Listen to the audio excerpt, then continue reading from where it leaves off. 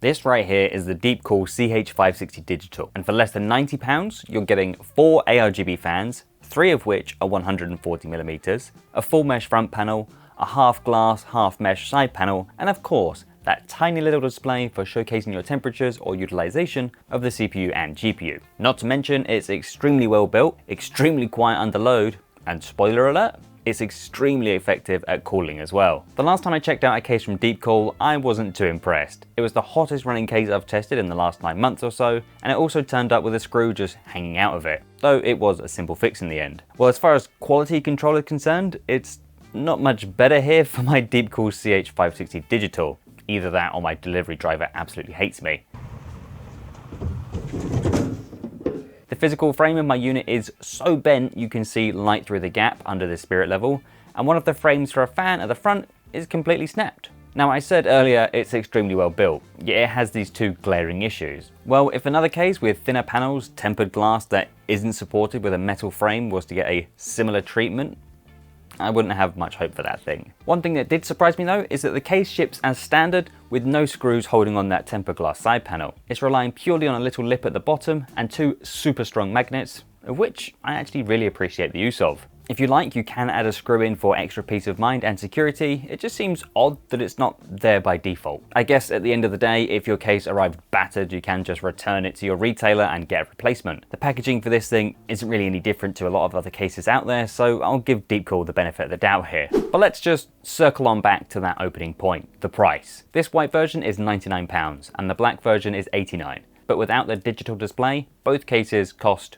also £89. As we all know, pricing is never fixed and can change week by week. The weird thing is that there's no real price saving for choosing to get the model without the digital display. You'd expect maybe at least a £10 to £15 discount, surely. In the US, pricing is much higher actually, and there's a $20 difference between the digital version and the regular versions. I'm not sure whether I should be grateful that the digital version is much cheaper in the UK, or that the regular version is not $20 cheaper than the digital version is over here. I don't really know what the problem is there. Oh, and by the way, if you've made it this far, feel free to click that like button down below and get yourself subscribed. There's some really exciting reviews in the pipeline and I'd love to see you guys there. As with every case review, the initial focus is on the exterior, how this thing looks, what's on offer, and how it all feels. Initial impressions are pretty positive. It's a fairly minimal looking design with a lot of consistency throughout. The front panel has a square mesh design, as does the mesh on the top panel, side, and back of the case. The dust filter on the top is magnetic and fits in snugly on the top. For the PSU though, the dust filter appears to be the absolute cheapest one Deepcool could find. It's not a massive deal, it's not like something you interact with every single day, but it's pretty underwhelming. The front panel is a combination of plastic and metal. The mesh is metal on the front, but the frame supporting it is plastic. Again, a little bit underwhelming, but I guess it's just a cost-cutting measure, and it's not really a big deal. The dust filter is unfortunately fixed to the front panel with no easy way of removing it for easy cleaning. But I don't really find this too much of a problem, as you could just remove the panel and vacuum the dust off pretty easily. Underneath that front panel, we can get a closer look at the 3 140mm fans included. They're mounted on a rail, so you can remove them all together if need be, though the main advantage of this bracket is to mount the fans on the exterior to allow more room on the interior for like a push-pull combination, perhaps with radiators or maybe longer GPUs. This bracket on the front does only support 140mm fans, so if you do want to use some maybe high performance 120mm fans, you will have to fit these on the interior of the case without the bracket. Up top we have the front I/O and power buttons, but unfortunately it seems as if Deepcool have utilized the exact same horrible squishy power buttons from the cheaper CC560. I mean, come on Deepcool, we like a tactile click, not some squishy mushy button. For connectivity though, we've got a USB Type-C, a USB Type-A port, and a combined headphone and microphone jack for audio. On the side we have a hybrid side panel, as Deepcool is calling it, half mesh, half glass. I'll be honest, I don't hate it. One thing I'm not entirely keen on though is the fact that you've got these screws just kind of poking out into nowhere. Would have been nice if this was the other way around from the factory. It's just really obvious when you look through the glass. The mesh is probably a little higher than you'd expect, but I'd imagine that's to allow more airflow inside if you were to mount fans on top of the PSU. Of course, if you opt for the digital model, you will have a little cutout in the mesh to show the display, obviously. Now, the display is actually pretty cool. You can use it to show utilization or temperatures of the CPU and GPU. It also has little bars which adjust to show the load on the component too. To make use of the software, you just download it from Deepcool's website. I'll link it down below that like button if you can't find it. Once installed, it's super lightweight though. No clunky over-the-top UI, it just appears as a tray icon in the corner. Simply right-click on the software to switch between the modes or change things around. You can also have it just cycle between utilization and temperatures automatically, or you can just set to see your utilization of one component and the temperature of the other if you wanted to. In order for the display to recognize my GPU, I did have to disable the iGPU in the BIOS. There's no way of choosing which GPU it detects in the Deepcool software. Hopefully maybe this could get fixed in the future. This could be a bit of a bummer if you use your iGPU for something like video editing and you don't want to disable it. Perhaps one main advantage of this little display is that you could maybe opt for a cheaper CPU cooler if you wanted to easily just see your temps or utilization at a glance. Oh, and it literally just requires a USB 2.0 header on your motherboard. So if you've got a couple USB devices for coolers or RGB software and fans and things, do bear this in mind.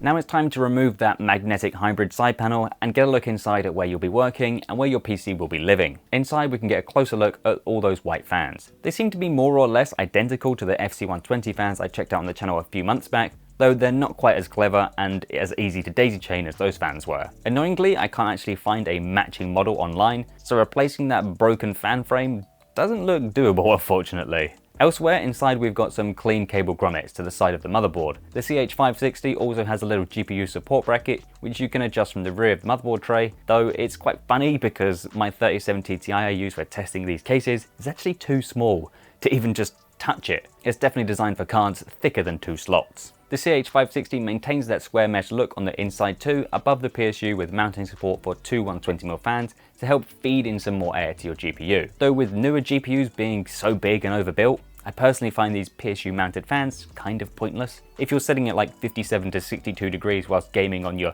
4070 or maybe even 4090, why bother? These are definitely more for people rocking older GPUs with smaller heat sinks and fans. One thing that did bother me a little bit though was again the rear fan. Montech did it to me with their King 95 Pro, and now Deepcool have done it to me with the CH560. I don't understand why companies are pre-routing the fan cables like this, leaving so little slack and length so it just droops in the way of the motherboard, meaning you can end up trapping it behind the board or behind the I/O, but regardless of that, it just looks untidy. Please Deepcool, just add a little more slack and a nice clip like NZXT does with the H5 Flow. I spent like 5 to 10 minutes rearranging and unplugging all the fans from each other just to gain a few more inches of length. On the cable, that is. Before taking a closer look at the cable management, we'll quickly run over compatibility inside the CH560. At the front, you can fit up to 3 120 or 3 140mm fans. Up top, it's either 3 120 or 2 140mm fans. The rear can take up to a 140mm as well. As I mentioned earlier, you can also mount 2 120mm fans above the PSU basement. Radiator support is a little bit different. You can get up to a 360 or a 280mm rad at the front.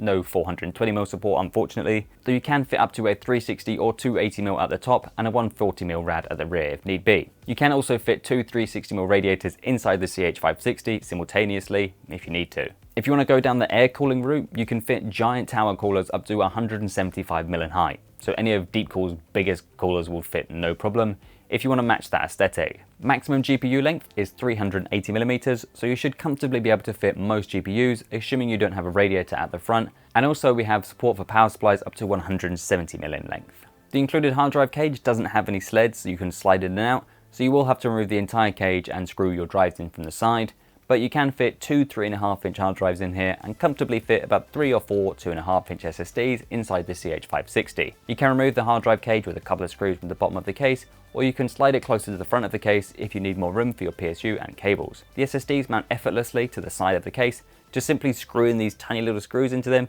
and just push the SSD into the grommets. So now it's time for my favorite section, cable management. What's it like trying to manage everything inside the CH560 Digital? Well, honestly, it's a lot better than I initially thought. Upon first inspection, you can see there's this channel where all of the front I/O and fan cables are running, but the grommets also have cable tie points on either side of them as well. So if you make use of the handy Velcro ties that come in the accessory bag, you can effectively have 2 routes for cable routing. You can keep your bulky PSU cables in one, and then all the fiddly connectors in another. I'm a big fan of this approach, as it just makes accessing the stupid GPU bracket a little bit easier. As like Antec did with their P20C, the CH560 has screws for it hidden amongst all your cables. Or for some reason, again, It's screwed in unreasonably tight. Regardless of that though, this just makes the entire cable management experience an absolute breeze. Every aspect of the motherboard tray just looks clean and tidy here. The most untidy thing you will see is all the cables for the fans. These fans all daisy chain to each other.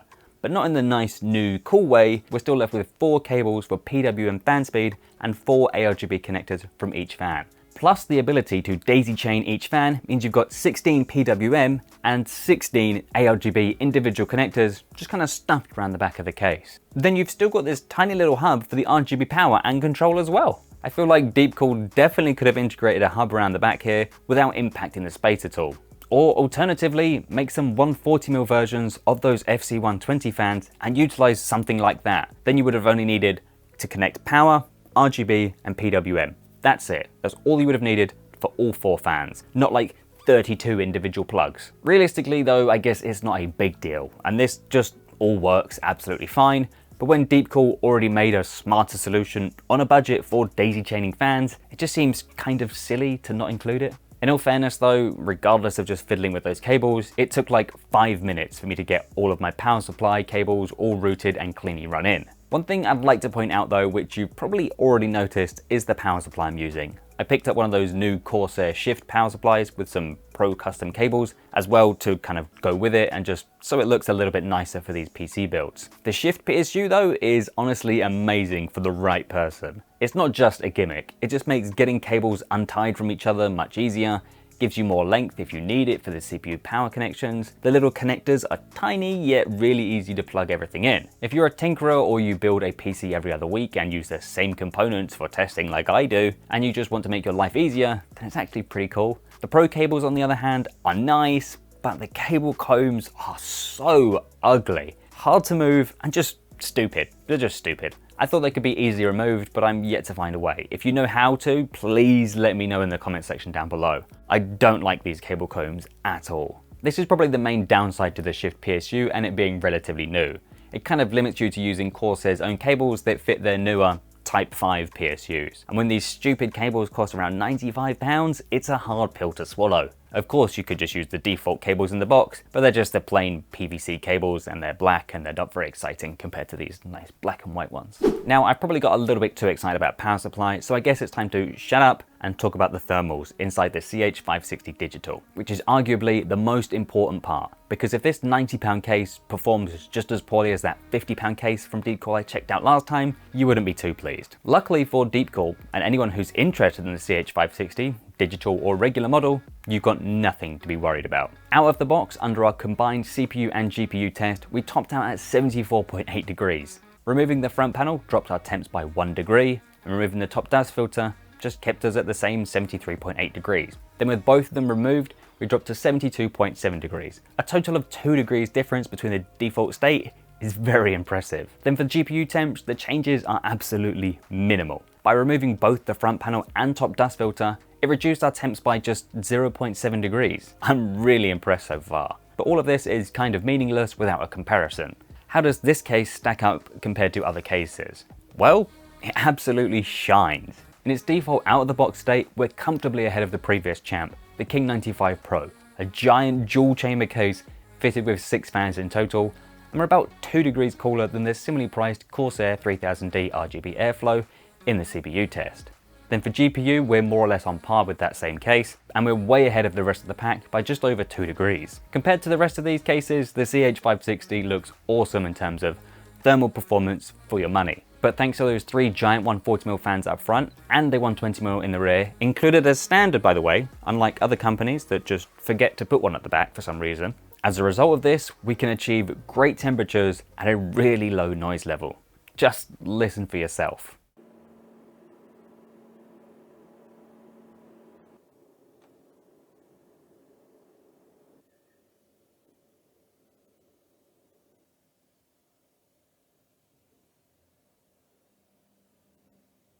To summarize, the CH560 Digital is incredibly impressive. It offers great cable management, great cooling, plenty of compatibility, and even a cool little screen to see your thermals and utilization.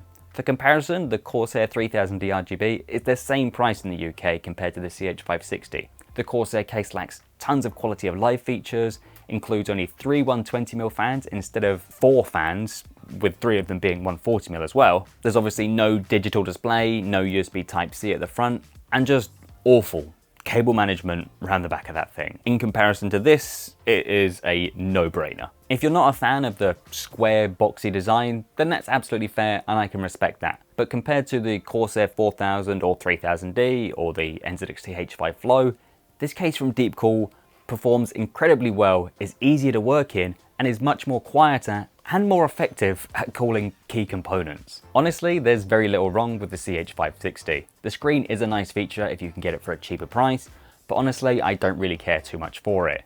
If I was in the US, I'd probably just save the $20 and get the standard version. But honestly, I'm so impressed with the CH560, and if my case had arrived without being absolutely battered, I'd probably be even more pleased with it, and maybe try and utilize it in one of my own personal PCs. I think I would also like to see a cheaper option without the fans too, because the overall quality of the case is really impressive for the price, with the fans included. And for maybe £20 to £25 less without the fans, it could be a really solid option for those on a tighter budget, or those that want to add more premium fans in the future, and don't just want to waste the money on the 4 fans that come as standard. Anyway guys, that brings us to the end of the video. What do you guys think? Have I been too soft on this Deepcool CH560? Please let me know. I'd love to hear your opinions. I've got plenty of exciting content in the pipeline, so if you've enjoyed this video, make sure to give it a like, and if my face hasn't offended you, don't forget to get subscribed as well. If you're interested in checking out the Deepcool CH560 Digital or any extras I may have mentioned, make sure you check the description for my affiliate links, and if you want to support the channel, feel free to sign up as a channel member.